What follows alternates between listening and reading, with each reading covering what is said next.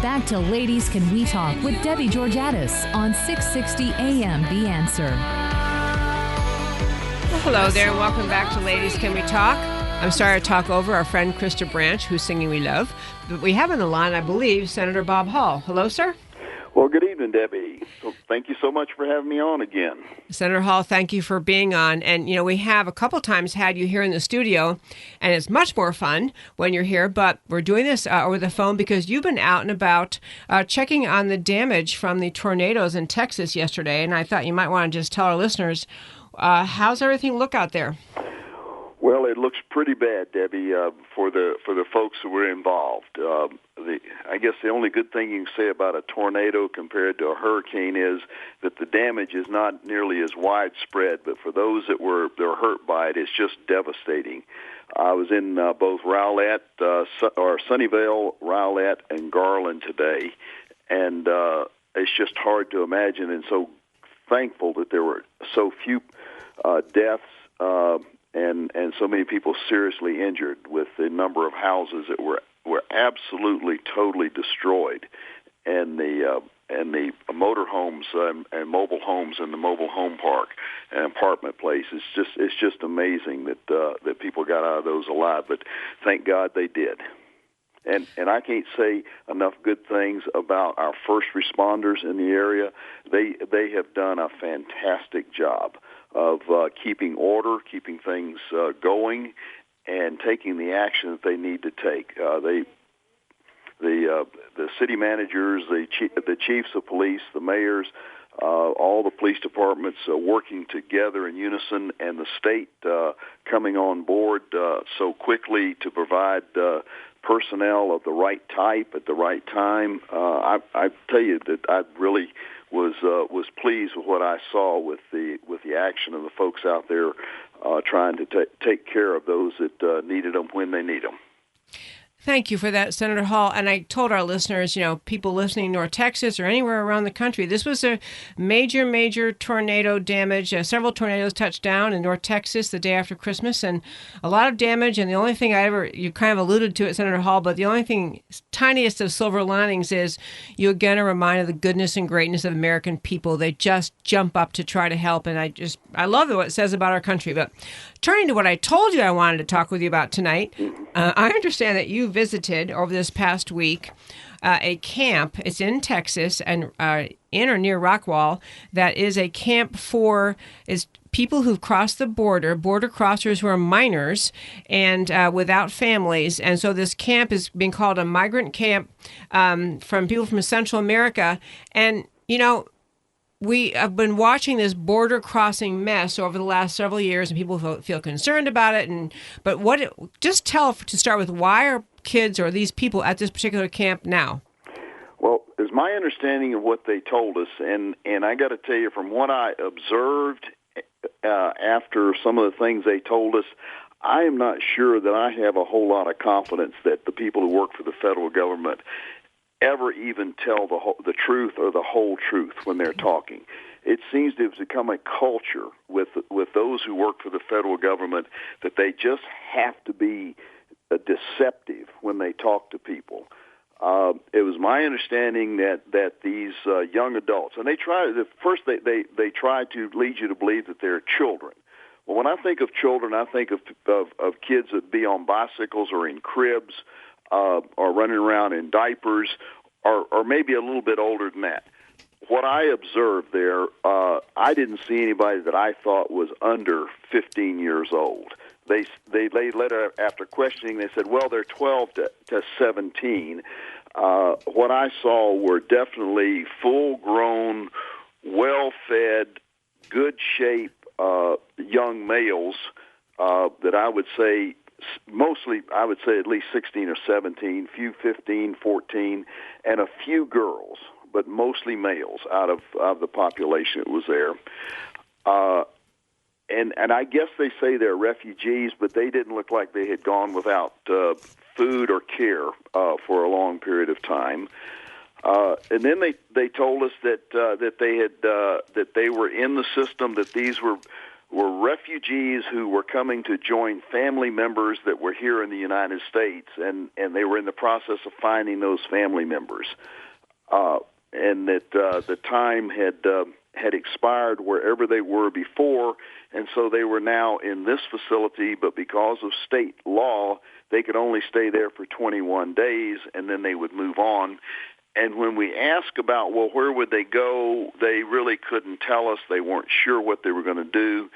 And further discussion, it sounded like that we are so overwhelmed with the people we allow to come across our border down the south and the facilities that we have to take them in down there while we decide what to do with them, that there was just too many, so they had to start moving about. And so what it looks to me like now is we now have a process where we will have these illegal aliens, and they are illegal aliens. They entered the country illegally, and they are not from here. So they are illegal aliens in which they are supposedly going to connect them with family. And if it's an uncle, then what that's done is now opened up they can become a whole new anchor to then bring in other family members. And one of the things they told us was, well, because I questioned the medical condition of them, because we know from last time, a year and a half ago in the summer when they came across, that the so-called medical examination they were given, we later found out amounted to a questionnaire, a one-page questionnaire the questions were read to the person, and we found out that quite often the person reading the questions did not speak the language of the individual they were questioning, and so they just read them the questions, and when they got through reading them, they had them initial it, and they call that a medical examination. They went and got a court order and got on an airplane and flew to some other part of the country. An American citizen can't get on an airplane without at least a government picture ID. These illegal aliens were allowed to do that, but they did not have any kind of medical screening. So I questioned them very heavily about that, and they just assured me they had been through the stringest of examinations, with blood tests being run, being tested for TB and STDs, and going on and on about what they were being tested. And then during the course of the reviewing the facility there, we come to an area that was set up as a medical facility. And in it was a complete medical staff with registered nurses and physicians' assistants and all kinds of equipment and examining tables and so on that they had set up for this 3-week period at the camp. And they had some of the young adults in there that were talking nurses, and I asked, well, what are you doing? It says, well, we found that some of them have problems. They found they have lice and scabies and things like that. And I said, but I thought they'd already been examined weeks ago. Well, they missed this. And she went on. What happened was the nurse that was explaining to me about what they were finding, she had not been in the previous briefing where I'd been told they had all been carefully screened and were just very clean medically. So that was the beginning of me once again saying, they just don't know how to be honest with us. They really don't. Senator Hall, I want to jump in and ask you, we're up against our break at this point, and can you hold on during the break? Sure can. Yes, I can. Thanks very much. This is Debbie Georgatos, and Ladies, Can We Talk? I have a lot more questions, I'm sure you do too, our listeners do, for Senator Hall about this Texas migrant camp. And we're going to, after the break, go on figuring out what does this cost us, American taxpayers, and is this the best way to help people, or are there other ways we could be helping that don't endanger our economy and our health? This is Debbie Georgatos, and Ladies, Can We Talk? Return to Ladies Can We Talk with host Debbie Georgatos on 660 AM The Answer. Hello there. Welcome back to Ladies Can We Talk. We're talking tonight with Senator Bob Hall, Texas State Senator Bob Hall from Senatorial District 2, who Bob Hall's on the phone with us, and he toured the migrant camp of not children, teenagers, older end teenagers, this migrant camp in Rockwall. And, while we're in the break, Senator Hall, I was reading this article, which I'd read previously, and I wanted to be sure I was right about it, but it was talking about the number of people who've crossed the border, and talked about how just in the months in October, November, there have been 10,600 youths who have crossed the border, and they're basically from El Salvador, Honduras, and Guatemala. what I want to get, and I don't even know if you have any comprehension of this or any ideas about it, but why is the surge happening now, and what is it we're going to do with these young people? I mean, they're claiming they're coming here to find family, but they've just essentially entered America illegally, and are we in some way processing them and maybe sending some of them back to their homes? As my understanding is that if by the time they reach 18, they are deported if they have not found a family member. I didn't get an answer when I asked, what about before that? That's an awful long time for a 12-year-old to wait.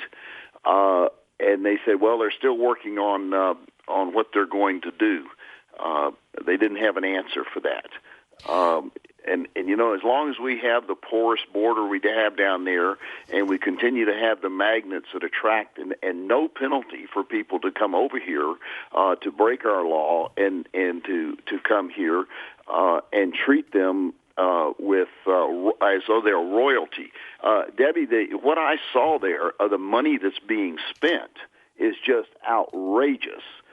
They not only did they have a complete medical staff, but they had a full-time ambulance 24 hours a day with a staff, and at the time I counted 4 EMTs all on standby, and they only had 150 of the young adults in there at that time. And when I asked about the budget and the money, they said that they were going to be spending $12.9 million on up to 1,000 of these youths for 3 weeks. Oh my gosh! You know, I want to jump in and say something though, because it's outrageous sounding, but it is like this. I don't know if the term Twilight Zone is quite applicable, but it's like a bunch of people just showing up, and we seem almost kind of legally and societally unprepared or ill-prepared. We can't figure out what to do, and so we just kind of take them all in. But compounding that with, I was reading about how many church organizations are trying to help by bringing Christmas gifts, bringing money, bringing things, and it just seems like the system is adding to the lure of coming to America with no legal right to be here, and we don't seem to have a system in place to stop it from happening. And I just feel like it's a Christian virtue to love your neighbor and care for your neighbor, but I don't even know if it's that kind to help these people feel at home when they really didn't have a right to come here. And we are not really in a position to just take in all of the world's struggling people. And is there a better way for us, a better way to be helping people than just allowing them in the borders and caring for them with some just, it seemed like the whole system is disorganized and not necessarily leading to any clarity or finality for their plight.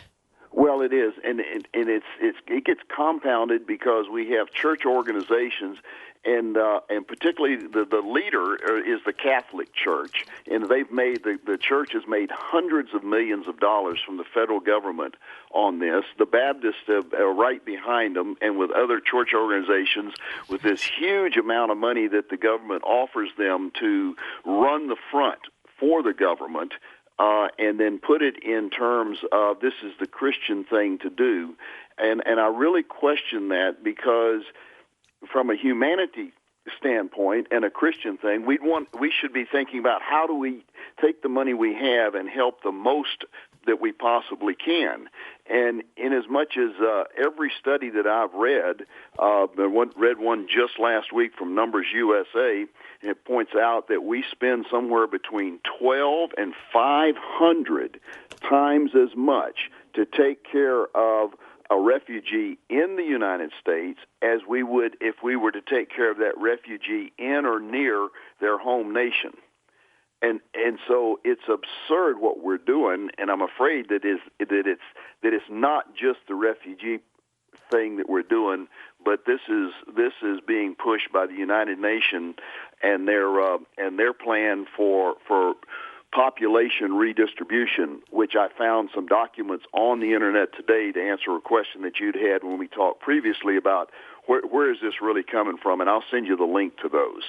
Oh, I'm thrilled to hear that, because we did, for our listeners, Bob and I spoke several hours ago, and I completely accept the notion that this would be exactly how the UN thinks, that they are the mastermind of the world, and they're going to figure out who should live where and which countries should be forced to help other poor countries. But and so if this is part, that was, I guess, the last question we were kind of getting to was, what is the grand purpose of all this? And we used to in America, I should back up, Honduras, Guatemala, other countries in Central and South America have historically been less well off than America. They've been poor. They've had political instability. But all of a sudden, it's just the poorest border of the American South. It seems to be the southern border seems to be just a magnet for everyone, and for many people coming here. We don't have a plan to care for them. We don't even have the will to send them back if they don't have a right to be here. And what is the grand scheme here in your sense of all this?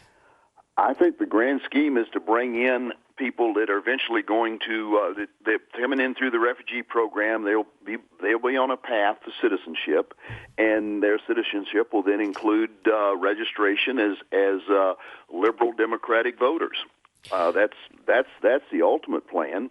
And mixed in with it is some rather heinous stuff we're doing, because we know that the kids that came in a year and a half ago, that a good number of them were all part of a sex trafficking, child pornography rings, and the federal government was actually facilitating it by shipping them off to Uncle Jose or Aunt Louise in one of the northern cities, where they just went into these sex trafficking rings. So it's a mixture of us aiding and abetting the criminal aspect out there, with disguised as doing good, and being the dupes for a UN policy to redistribute the population of the world. You know, I can't wait to see those links. And listeners, I'll put those up on Ladies Can We Talk. We have under 1 minute left in this segment. But one last thing, Senator Hall, I want to ask you about is, and our listeners too, you mentioned the Catholic Church, the Baptist Church. I know the Lutheran Church has been also involved in all this.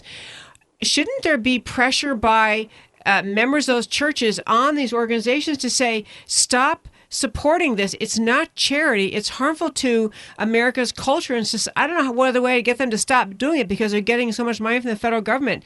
But it seems like citizens ought to be telling those churches, please stop doing this. Well, they should be, because it's not the Christian thing to do. The Christian thing to do would be to take what money there is available and help the most number of people. And that can easily be done by helping those people in their own country, or in a country near theirs, in a plan where they return to their country.